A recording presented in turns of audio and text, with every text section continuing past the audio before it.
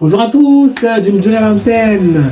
Ah oui, nouvelle vidéo. Et aujourd'hui, c'est un message à la jeunesse. Oui, toi, jeunesse. Jeunesse mahoraise, jeunesse africaine.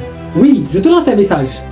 Il est extrêmement important de savoir que toi, jeune homme, jeune femme, jeune fille, tu es envoyé en mission. Et si tu es en mission, tout simplement par la personne que tu es. Étant donné que tu es une africaine, je vais parler en termes d'Afrique, oui, tu es une africaine. Chaque Africain doit se dire, chaque personne qui a quitté son lieu d'origine, qui a quitté son lieu de naissance, son territoire, son chez-soi, et est parti à traverser les mers, à traverser les terres, à traverser les airs, pour se rendre à un lieu donné où, dans lequel il est censé acquérir du savoir, acquérir de l'expérience, il doit se dire qu'il est en mission. Et il est en mission, il a comme prérogative la réussite. La mission est simple. Tu dois aller, apprendre et revenir construire. Je le répète, la mission est très simple. Tu dois aller, apprendre pour revenir construire. En aucun cas, tu dois aller et rester. Parce que si tu vas pour rester, tu ne pourras pas avancer. Il faut avoir ça en tête. Le problème, c'est que, là, je prends le cas des Mahorais parce que nous avons été touchés, nous avons été impactés. D'accord?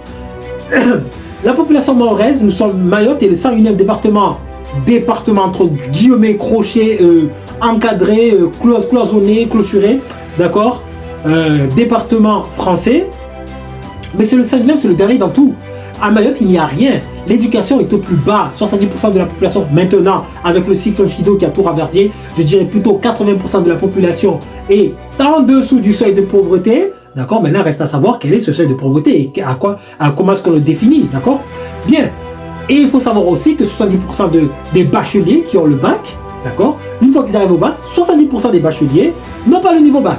Ça veut dire que vous avez 10 personnes, dans une classe, 10 personnes ont le bac, 7 personnes, hop, n'ont pas le niveau bac. Vous n'êtes pas censé l'avoir. C'est-à-dire qu'à cette personne, on leur a donné gratuitement.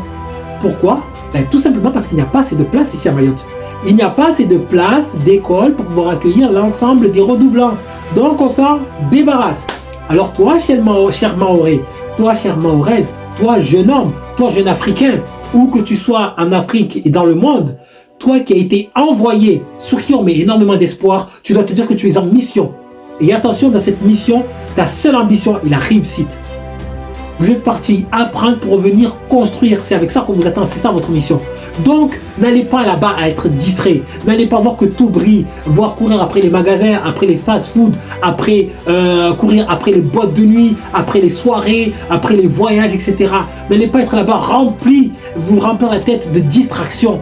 Parce que il est dit que 70% des étudiants mahorais qui quittent le territoire pour aller étudier à Mayotte échouent la première année. Ça veut dire qu'ils vont là-bas pour dire oui, je vais étudier, final quoi? Les femmes tombent enceintes, les femmes rentrent dans la vie de couple, etc.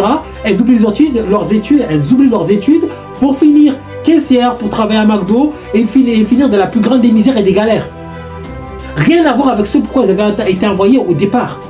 Vous êtes en mission, je vous le rappelle, vous êtes en mission. L'échec est interdit. Assez de se dire que mon seul objectif est d'arriver en France. Parce que pour beaucoup, il faut se le dire, leur seul objectif est d'arriver en France.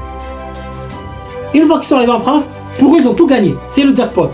Et forcément, quand ton seul objectif est d'arriver en France, une fois que tu l'as atteint, tu es démuni de toute ambition. Tu n'as plus d'autre ambition. Ton objectif final, ton plus grand objectif, la concrétisation de toute ta vie, elle est déjà réalisée.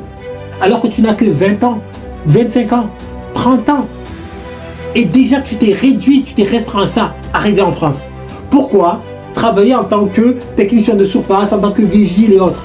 Je le dis, il n'y a pas de sous-métier. Mais quand tu es jeune, fringant, en bonne santé, avec toutes tes aptitudes, tu n'as pas le droit d'ambitionner en dessous de dire que directeur. Donc, tu te dois absolument de réussir. La réussite est primordiale. La réussite est indispensable. Tu te dois de réussir. Donc, aujourd'hui, vous devez ambitionner, vous, en tant que personne qui a été envoyée, vous devez savoir que vous devez avoir d'autres ambitions que d'être simplement arrivé en France. Non, ça, ce n'est que le point de départ. Et après ça, il faut être diplômé. Il faut être diplômé dans des filières prometteuses. Attention, c'est fini être caissière ou être manager, etc. Ça, c'est des notions qui sont des filières, ce sont des métiers qui sont amenés à disparaître. Aujourd'hui, vous devez penser à aller beaucoup plus loin, beaucoup plus haut. Aller dans les filières tous scientifiques, dans l'informatique, dans les intelligences artificielles, etc. Il faut se renseigner dans ce sens-là. Il faut bien choisir sa filière maintenant. Donc, aujourd'hui, c'est ça. Toi, jeune Africain, tu dois avoir ça dans la tête. Même si tu es déjà ici en place, tu es en mission. La mission de réussite. Et de réussir à tout prix. Dernier point. Les gars, la France n'est pas le monde. La France n'est pas le monde. Il y a autre chose. Allez découvrir d'autres terres, d'autres lieux. Vous pouvez aller en Inde, en Chine, en Russie, au Japon, à Dubaï, aux États-Unis, vous pouvez aller en Angleterre, vous pouvez aller dans d'autres pays d'Afrique, l'Afrique du Sud, le Kenya et autres, au Sénégal. Allez voir autre chose, allez visiter. Impulsez-vous, allez découvrir l'Afrique. Il faut d'abord découvrir son pays, l'Afrique et l'ensemble des pays africains, voir les différentes mentalités, voir les différentes constructions qu'il y a eu là-bas, voir les personnes qui sont dynamiques en Afrique. Ne pas se dire que tout se passe en Occident ou ailleurs, sauf chez nous. N'hésitez pas à aller visiter les pays africains. Le monde est énorme et vaste. Allons en prendre, mais surtout apprenons de nous les uns les autres.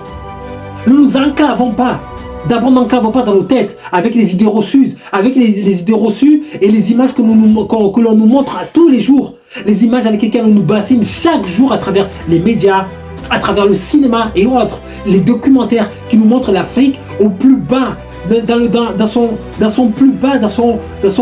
aspect le plus contraignant, le plus misérable. L'Afrique est magnifique, l'Afrique est immense. L'Afrique a littéralement accueilli le monde entier, a instruit le monde entier. Lisez Charanta Diop, Nisri Kalalamotoudé et d'autres auteurs, Marcus Garvey. Là, je vous ai cité que les plus connus. Mais il y en a énormément d'autres qui vous donnent à apprendre l'Afrique, vous aimez vous-même en tant que personne noire. Donc oui, la France n'est pas le monde. Allez découvrir le monde. C'était Johnny Demilfeu. Merci beaucoup et à la prochaine. N'oubliez pas, mettez vos commentaires parce qu'on a besoin d'avoir vos idées, d'avoir des idées de vidéos que nous préférons qui seraient intéressantes pour vous. Et nous, de notre côté, ça nous motive et surtout, ça nous donne de la force de voir que notre travail arrive à atteindre des personnes, à atteindre des cœurs et des âmes. Merci à vous. À bientôt. Ici le Ghetto, à vous les studios. Peace.